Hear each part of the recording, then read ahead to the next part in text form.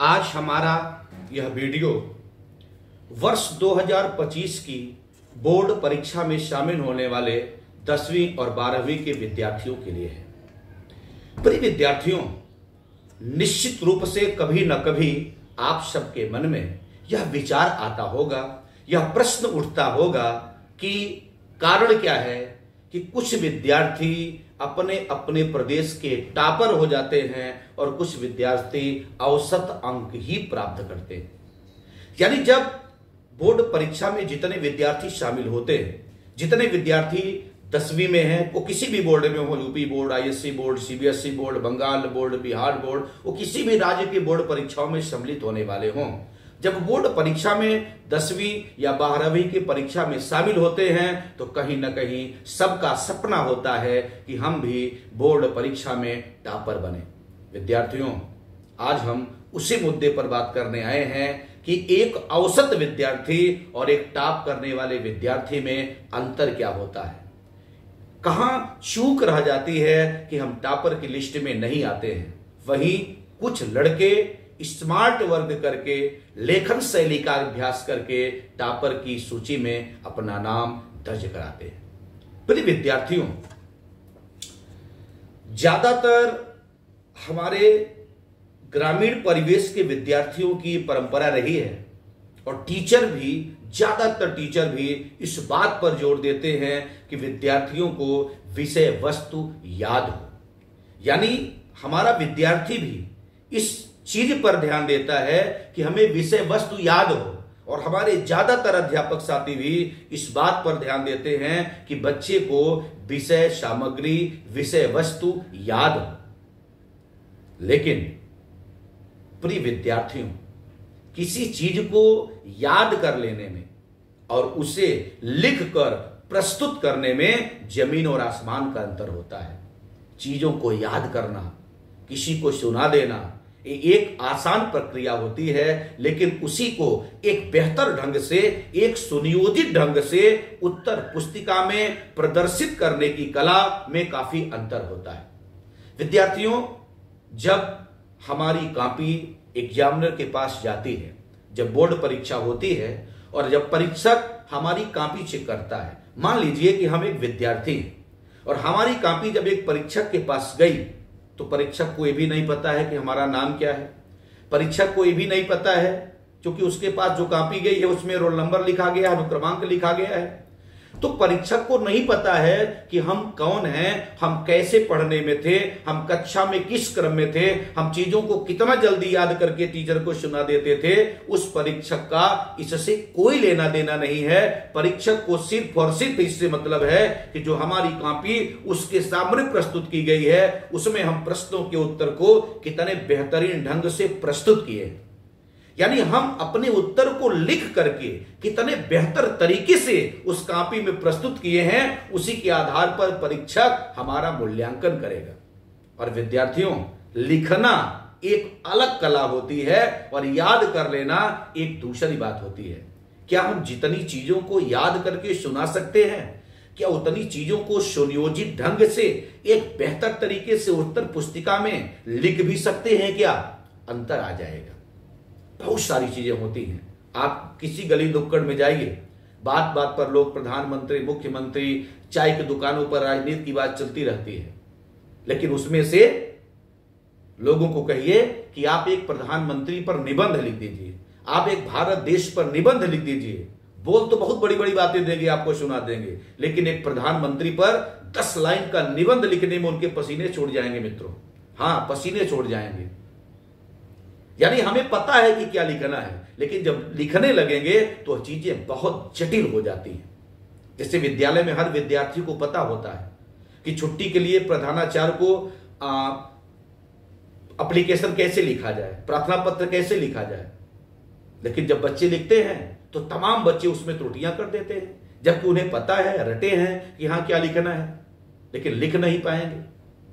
सबको पता है, किसी भी मैटर पर बहुत बड़ी बड़ी बातें कर लेंगे, लेकिन उस मैटर पर जब 10 लाइन लिखने की बात आएगी तो उनकी कलम रुक जाएगी और हमें कितना याद है, कितना पता है, उससे कोई मतलब नहीं है। हम अपने उत्तर को कॉपी में कितने अच्छे ढंग से प्रस्तुत किए हैं, एग्जामिनर उसी के आधार पर हमारा मूल्यांकन करता है।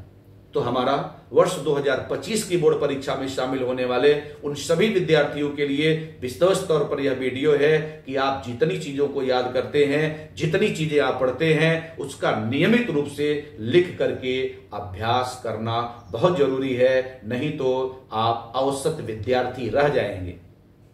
जो भी चीज आप पढ़ रहे हैं, जो भी चीजें आपको तैयार हैं, एक बार आप उन्हें लिख करके देखिए कि क्या ये चीजें हमें तैयार हैं, क्या इन चीजों को हम अच्छे ढंग से लिख करके प्रस्तुत कर सकते हैं। बहुत सारी कमियां निकल करके आएंगी, लेकिन जब ये अभ्यास हो जाएगा, प्रतिदिन 2-4 प्रश्नों का उत्तर लिखने का अभ्यास हो जाएगा, तो एक ऐसा समय आएगा कि परीक्षा आते आते आपकी लेखन शैली इतनी बेहतरीन हो जाएगी कि आप प्रश्नों के उत्तर को अच्छे ढंग से प्रस्तुत कर पाएंगे। और जितने अच्छे ढंग से प्रस्तुत कर पाएंगे, परीक्षक उतना ही प्रभावित होगा, और जितना प्रभावित हो जाएगा आपके उत्तरों से, उतने ही प्रभावशाली आपको अंक मिलेंगे। नहीं तो आप एक औसत विद्यार्थी रह जाएंगे। एक सामान्य विद्यार्थी भी जितने प्रश्न आते हैं सबका उत्तर देकर के आता है, और जो यूपी टॉपर होगा वह भी उन्हीं प्रश्नों का उत्तर लिख करके आएगा, उसके भी वही प्रश्न होंगे, लेकिन दोनों के लेखन शैली में अंतर होगा। एक विद्यार्थी चीजों को लिख तो लेता है, लेकिन कहीं उनका एक दूसरे के साथ प्रवाह नहीं होता, एक दूसरे के साथ तारतम्यता नहीं होती, एक दूसरे से वाक्य जुड़ नहीं पाते, एक पैराग्राफ दूसरे पैराग्राफ से जुड़ाव महसूस नहीं करता। लेकिन वही जो टॉपर विद्यार्थी होता है, जिसने लेखन शैली का अभ्यास किया है, जिसे बेहतरीन ढंग से उत्तर लिखने की शैली पता हो गई, उत्तर लिखने की कला पता हो गई, वो कम जानकारी में भी उत्तर को इतने अच्छे ढंग से सजा दे, इतने अच्छे ढंग से एग्जामिनर के सामने अपने लेखन शैली के माध्यम से उत्तर को परोस देगा कि एग्जामिनर मजबूर हो जाएगा कि नंबर काटे तो कहां से काटे। और जितनी बढ़िया लेखन शैली, उतना बढ़िया आपको अंक प्राप्त होगा।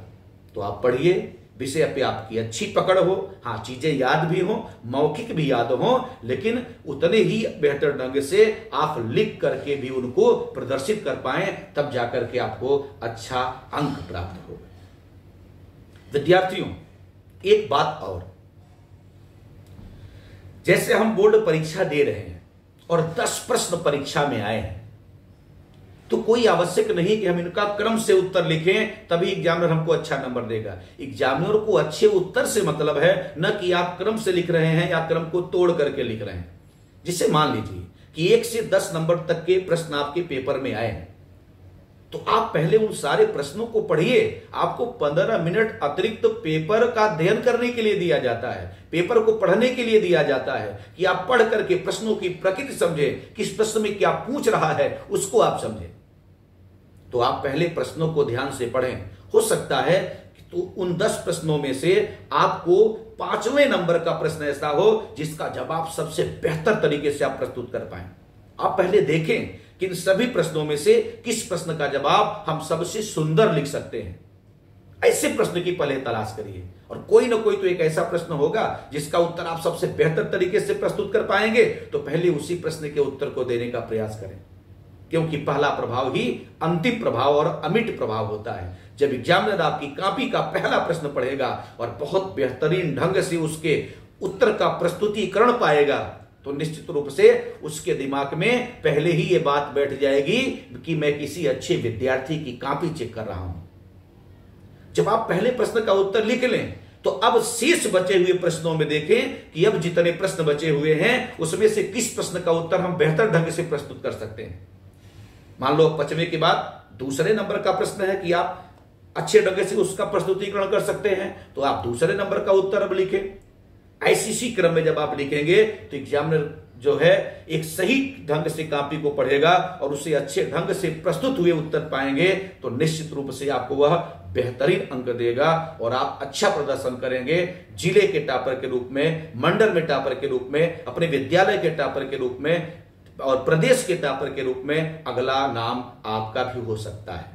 यानी हम हार्ड वर्क करें, केवल हार्ड वर्क ना करें, हार्ड वर्क के साथ साथ स्मार्ट वर्क भी करें। हार्ड वर्क में बच्चे चीजों को रटने की पद्धति पर चलते हैं, रट तो लेते हैं, याद तो कर लेते हैं, लेकिन उसको लिखते नहीं हैं। और समस्त विद्यालयों से और समस्त अध्यापकों से हमारा भी विनम्र निवेदन है कि हम सब मिल करके अपने बच्चों को उत्तर को लिखने की शैली को भी डेवलप करें।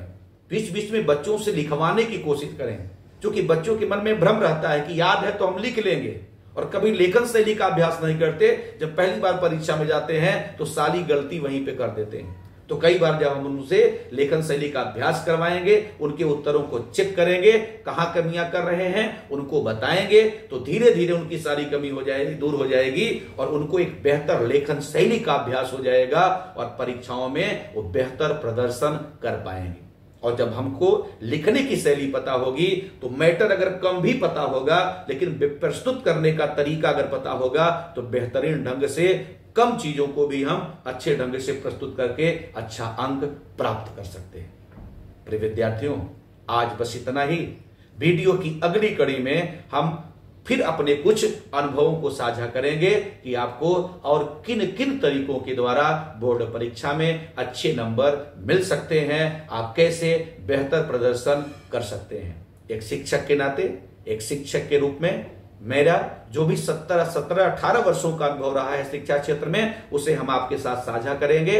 अगर हम आपके बेहतर जीवन निर्माण में, आपके बेहतर अंक प्राप्त करने में, आपके रिजल्ट में अगर मेरी तनिक मात्र भी भूमिका अगर सफल रही तो मैं अपने आप को धन्य समझूंगा। और मैं आप विद्यार्थियों आपके लिए क्या कर सकता हूं, क्या बेहतर कर सकता हूं, आप मुझे अपना सुझाव विनम्रता पूर्वक कमेंट करिएगा, तो उससे मैं जो है पूरा करने की कोशिश करूंगा। सभी विद्यार्थियों को जो आगामी बोर्ड परीक्षा में शामिल होने वाले हैं या किसी भी परीक्षा की मुख्य परीक्षा में शामिल होने वाले हैं, उनके लिए अनंत हार्दिक शुभकामनाएं।